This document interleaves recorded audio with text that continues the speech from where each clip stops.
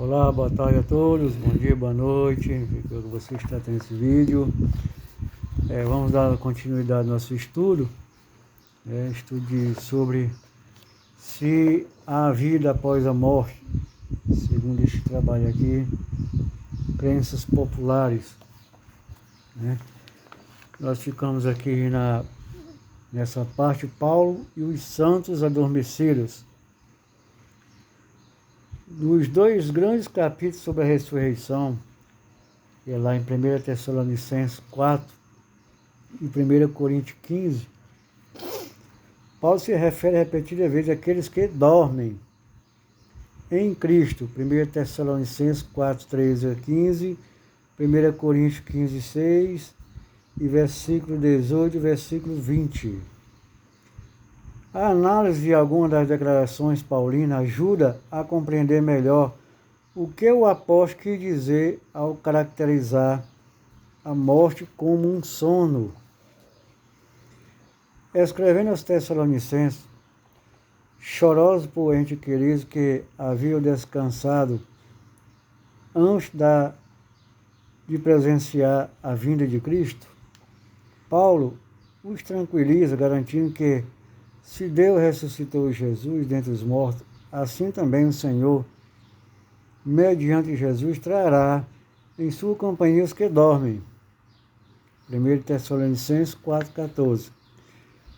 Alguns defendem que Paulo está falando aqui de almas desencarnadas, que, tendo ido supostamente para um céu na morte, retornarão com Cristo quando ele descer à terra em sua vinda. Essa interpretação ignora três pontos importantes. Em primeiro lugar, a Bíblia não ensina em parte alguma que a alma sobe para o céu na hora da morte. Em segundo lugar, no contexto, Paulo não se está falando de almas imortais, mas dos que dormem. 1 Tessalonicenses 4,13 e versículo 14. E dos mortos em Cristo, 1 Tessalonicenses 4,16. Os mortos em Cristo ressuscitarão primeiro, a partir da sepultura, 1 Tessalonicenses 4,16. Os mortos em Cristo, 4,16, e não descerão do céu. Nada sugere que corpos ressurgem da sepultura e almas descem do céu para se reunir com os corpos. Tal conceito dualista é desconhecido para as Escrituras. Em terceiro lugar, se Paulo realmente acreditasse que os mortos em Cristo não estavam de fato mortos na sepultura, mas vivos no céu, na condição de almas desencarnadas, teria aproveitado a condição de bem-aventurança celeste para explicar aos Tessalonicenses que a tristeza deles era sem sentido. Por que deveriam eles entristecer pelos entes queridos, se estes já estavam desfrutando da bem-aventurança celestial? O motivo por que Paulo não os conforta dessa maneira certamente é porque sabia que os santos adormecidos não estavam no céu, mas aonde? Na sepultura. Esta conclusão é comparável com a certeza dada por Paulo aos leitores de que os cristãos vivos não se encontrariam com Cristo na sua vinda antes dos que haviam adormecido. Nós, os vivos, os que ficamos até a vinda do Senhor, de modo algum precederemos os que dormem. 1 Tessalonicenses 4,15. A razão é que os mortos em Cristo ressuscitarão primeiro. Depois, nós, os vivos, os que ficarmos, seremos arrebatados juntamente com ele entre nuvens para o encontro do Senhor nos ares. 1 Tessalonicenses 4, 16 e 17. O fato de os santos vivos encontrarem com Cristo ao mesmo tempo que os santos adormecidos mostra que esses ainda não estavam unidos com Cristo no céu.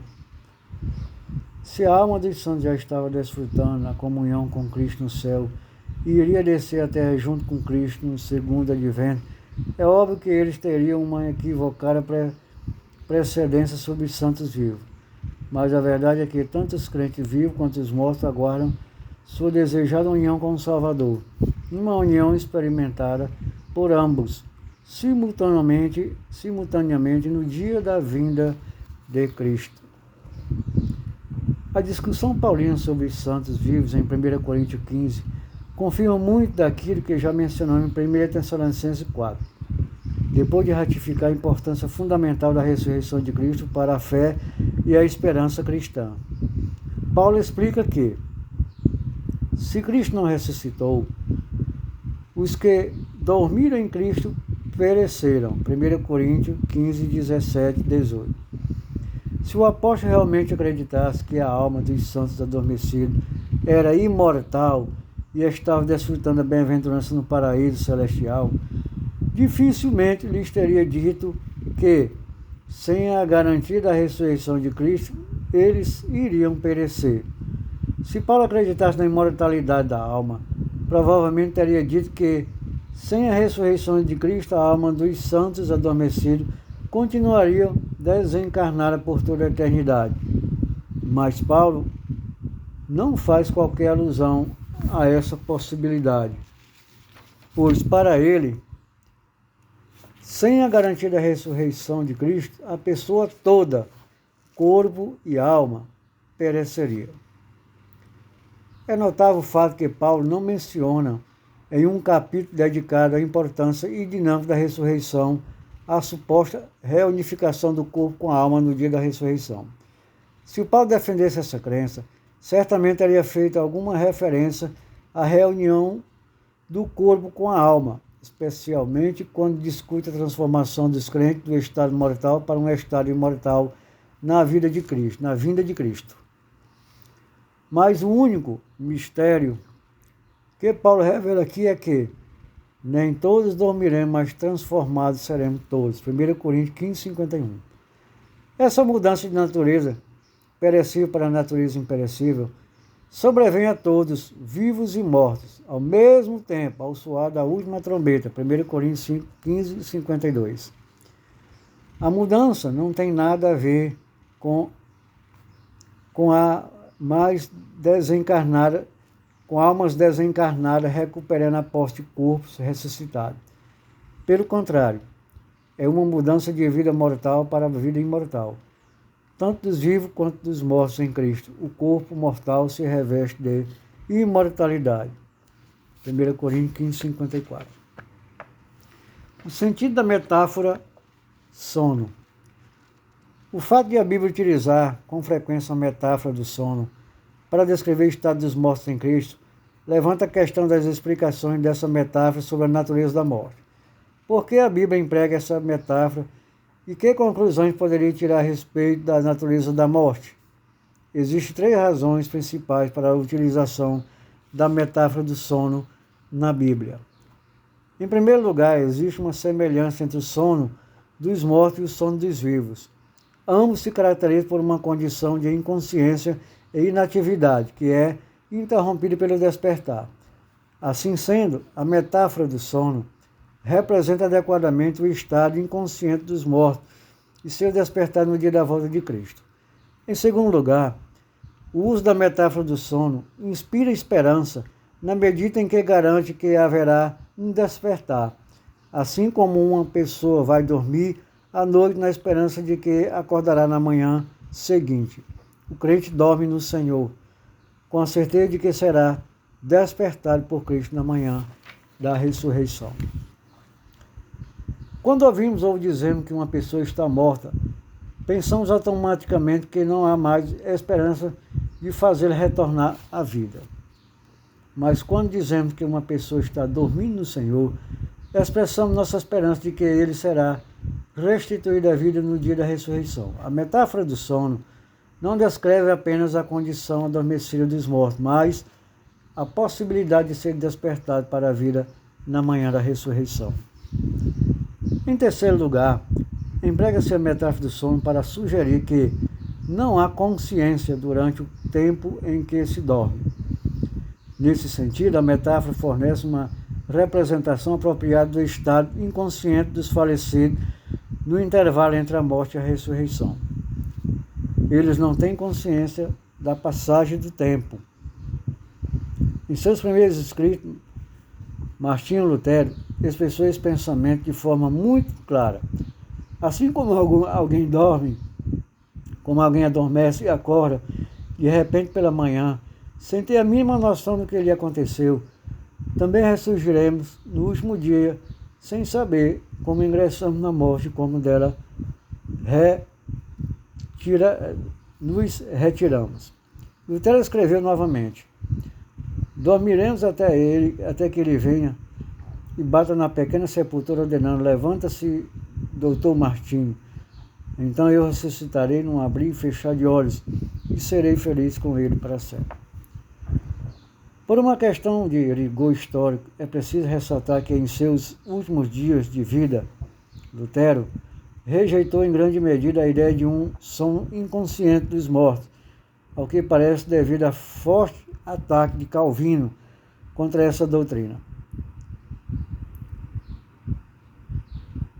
Em seu comentário sobre Gênesis, escrito em 1537, Lutero observa: a alma desencarnada não dorme dessa maneira, sono regular. Pelo contrário, ela fica desperta, enxerga os anjos de Deus e conversa com eles. A mudança de atitude de Lutero do estado de inconsciência para a consciência dos mortos serve apenas para demonstrar que até mesmo reformadores influentes não ficaram isentos das pressões religiosas de sua época. Nosso estudo sobre a metáfora do sono no Novo Testamento mostrou que a Bíblia emprega com frequência essa figura de linguagem para que ela encapsula uma verdade vital, a de que os mortos que dormem em Cristo ficam inconscientes de qualquer lapso de tempo até a ressurreição. Os crentes que dormem em Cristo adormecem e descansam, inconsciente até ser despertado quando Cristo o chamar de volta à vida em seu advento. O significado e a base da imortalidade. A imortalidade na Bíblia não é uma propriedade inata ao ser humano, mas um atributo divino. O termo imortalidade vem do grego atanásia, que significa sem mortalidade. O termo ocorre apenas duas vezes. Primeiramente, com relação a Deus, o único que possui imortalidade. 1 Timóteo 6,16. E em segundo lugar, com relação à imortalidade humana, que se deve ser reservada da imortalidade. 1 Coríntios 15:53. Por ocasião da ressurreição. Em última referência, refuta o conceito de uma imortalidade natural da alma, porque afirma que a imortalidade é algo que os santos ressuscitados serão revestidos. Não é algo que já possuem. A Bíblia nunca sugere que a imortalidade é uma qualidade ou direito natural dos seres humanos. A presença da árvore da vida no jardim do Éden mostra que, para Adão conservar sua imortalidade, precisava comer constantemente do fruto da árvore da vida. A Escritura ensina que se deve buscar a imortalidade, Romanos 2,7, e revestir-se dela, 1 Coríntios 15:53. Assim como a vida eterna, ela é dom de Deus, Romanos 6:23, e é herdada, Mateus 19:29, mediante o conhecimento de Deus, João 17:3. Por meio de Cristo, João 14:19 e 17:2, Romanos 6:23. Para Paulo, a imortalidade está vinculada exclusivamente à ressurreição de Cristo. 1 Coríntios 15, com base e promessa para apenas a presença do crente. Os que insistem em buscar na Bíblia a ideia filosófica para a imortalidade natural de uma alma ignoram a palavra de Deus e corrompem a fé bíblica com ideias dualísticas gregas. Conclusão dessa parte.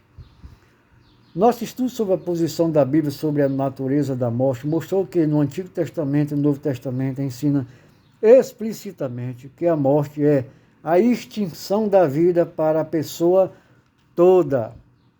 Na morte não existe nenhuma recordação ou consciência. Salmo 146, 4, Salmo 39 e Salmo 115, 17. Eclesiastes 9, 5. O espírito e a alma não existem separados do corpo. A morte é a perda do ser total e não apenas a perda do bem-estar. A pessoa, como em toda, descansa na sepultura em um estado de inconsciência caracterizado na Bíblia como sono. O despertar desse sono ocorrerá na segunda vinda de Cristo, ocasião em que ele chamará de volta à vida todos os santos que dormem. A metáfora do sono é realmente um belo termo e reconfortante anúncio de que a morte não é o destino final do homem. Para o sono da morte resta um despertar na manhã da ressurreição. Muito bem, queridos amados irmãos, vamos ficar por aqui. Esse estudo não ficar cumprido. No próximo estudo vamos ver a parte 3. Vamos ver o significado da palavra Sheol no Antigo Testamento. A paz a todos, que o Eterno nos abençoe, o Eterno nos guarde. Até a próxima. Amém.